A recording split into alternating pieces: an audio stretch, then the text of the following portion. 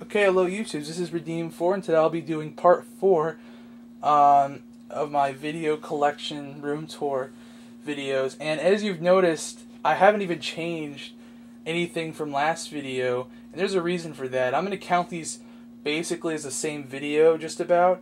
So you could count this as part 3, part 2. Yeah, it's not confusing at all. But I'm going to group these together because it's like the 3DS and the Vita, they're pretty much, well, they are the newest gaming handhelds. So it kind of makes sense to just group them all together. And since there's not that many games out for them yet, I mean, it just kind of makes sense to just group them together.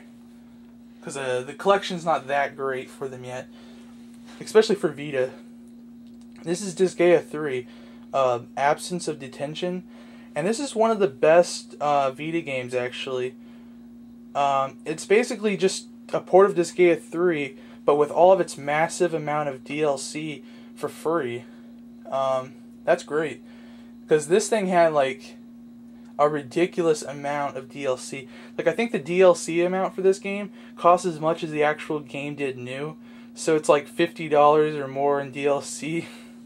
I mean, every pack was like $1.99 for a character, but there's like 50 characters.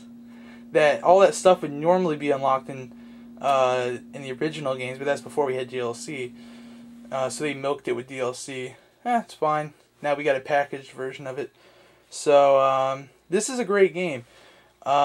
It's actually one of the few SRPGs that I really like. It's insane. If you're into anime, you'll see references around the clock. It's just a great game. Not much more to say about that. If you're a fan of Disgaea 3, you'll definitely pick that up. Unless you bought the massive expensive DLC, then there's no reason to buy it. Okay, this is Mortal Kombat. And just like the Disgaea 3 game, this has all of the DLC characters and whatnot for Mortal Kombat, which is pretty nice because I actually do not own. Oh, and it says you can play as Kratos. So I'm not sure if that's an exclusive for the Vita version, but it actually might be. Or it might be just the PS3 exclusive, and they just brought that over on the Vita. Because I only played the 360 version, and I know Kratos wasn't on that, but that's obvious because he's owned by Sony. But yeah, and I actually don't own that game. But this game has all that stuff that was on the original game, plus more stuff. So that's a good deal if you want to play that portably. And it just doesn't look as good as the console versions, but it still plays it plays exactly the same. It's good.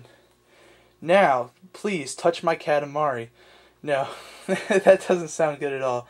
But yeah, Touch My Katamari is a great game. It's another great addition to the Katamari series.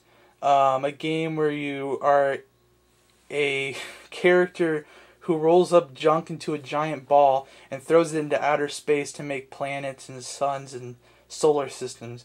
It's crazy.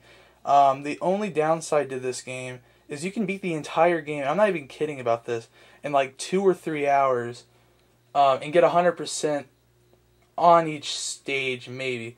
But but there is a lot of unlockable stuff and stuff that make the game actually longer than it should be. Like for each level you beat, you get like candies, and the amount of candies you get is dependent on your rank, and your rank can only be leveled up like every week or month, more depending on what rank you are. So that's kind of cool that it actually makes you. And you can't just rank up by just getting on. You got to get a certain amount of candies or play a certain amount of levels before you can rank up. So that's pretty cool. Then there's like clothes and DLC. Oh, actually, one thing I have to say about this game, which is actually a really cool thing in my book, that I wish other companies would start doing with their DLC. Basically, this game has DLC levels. But there's a catch.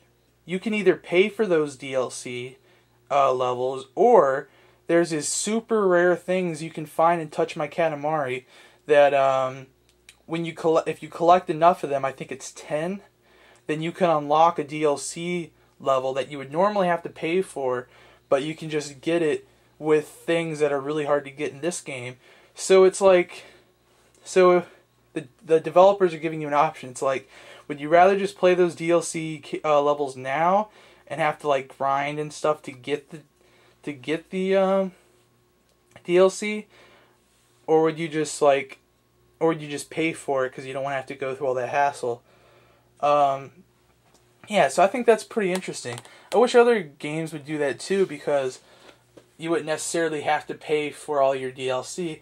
You could theoretically get some of it for free. Well, I think it's a cool idea, needless to say. This is Ultimate Marvel vs. Capcom 3, one of the biggest fighting games out right now, and it's ported to the Vita. So, basically it's the same version as the console, so if you own that, there's no real reason to buy this again, unless you want to play it on the go, which is actually really awesome. 'Cause I love this game to death. Like, I mean, it's great just playing this portably, so that's why I got it. And I actually do play this game a lot, and surprisingly. And I play on an arcade stick, but I've actually got used to the Vita controls somehow. It works really well. Okay, now if you want a Vita system, you probably own this game, Uncharted Golden Abyss. This game is great. Well, not great. It's good. It's a good game. If you like Uncharted, definitely get this game. It's basically a prequel to the first game, and it's pretty good. Now, I don't really have much more to say about that, but